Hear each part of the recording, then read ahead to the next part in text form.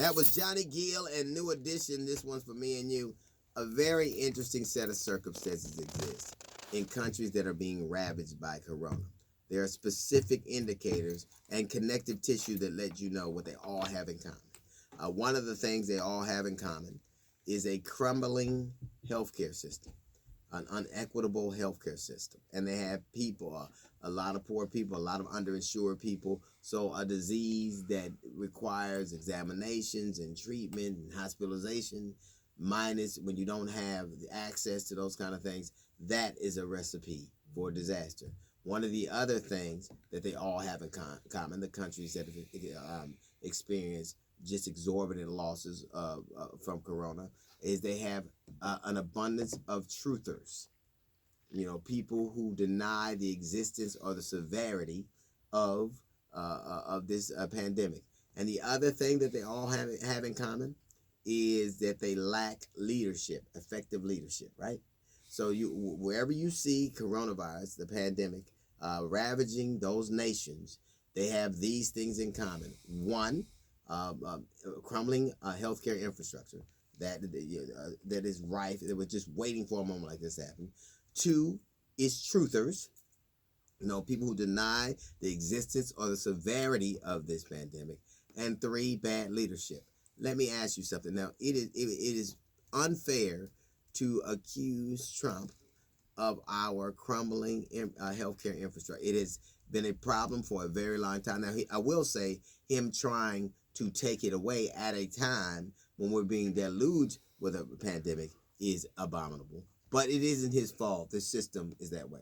The other two, truthers, people who deny the existence or the severity of this pandemic, and poor leadership, he encapsulates all by himself. One of the reasons we're experiencing such deaths, experiencing such ravages, is because a lot of people don't believe that it is real. A lot of people refuse to adhere to the protocols. A lot of people put themselves and others in dangerous situations. And that is because they are being told by a man who they believe almost everything from, that there's nothing there.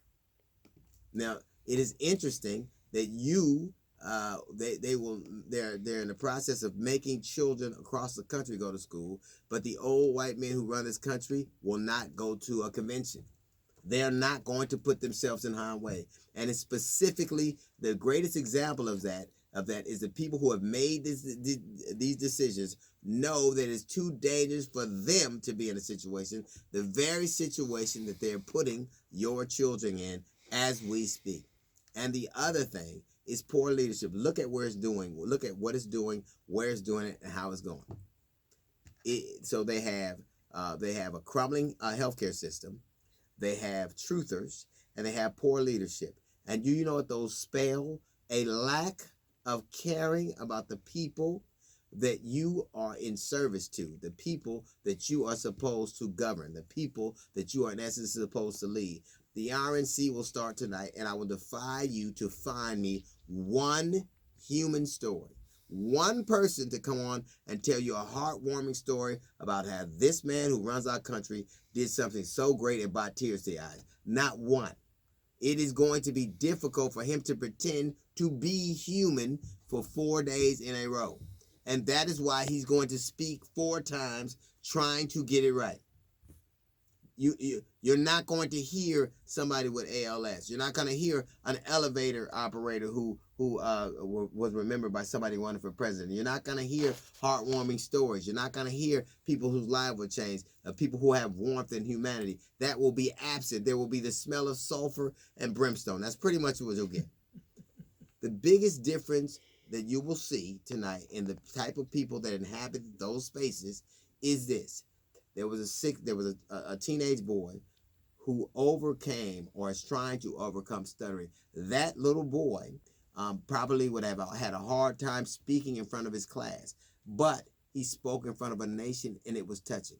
So you might say one group of people is trying to teach people to speak without stuttering, and the other one is trying to teach young boys and who grow up to become men how not to speak without a subpoena. That is the little note. There's a little note from the GED section. We got the Jazz Report coming up on the Day All Hughley Show.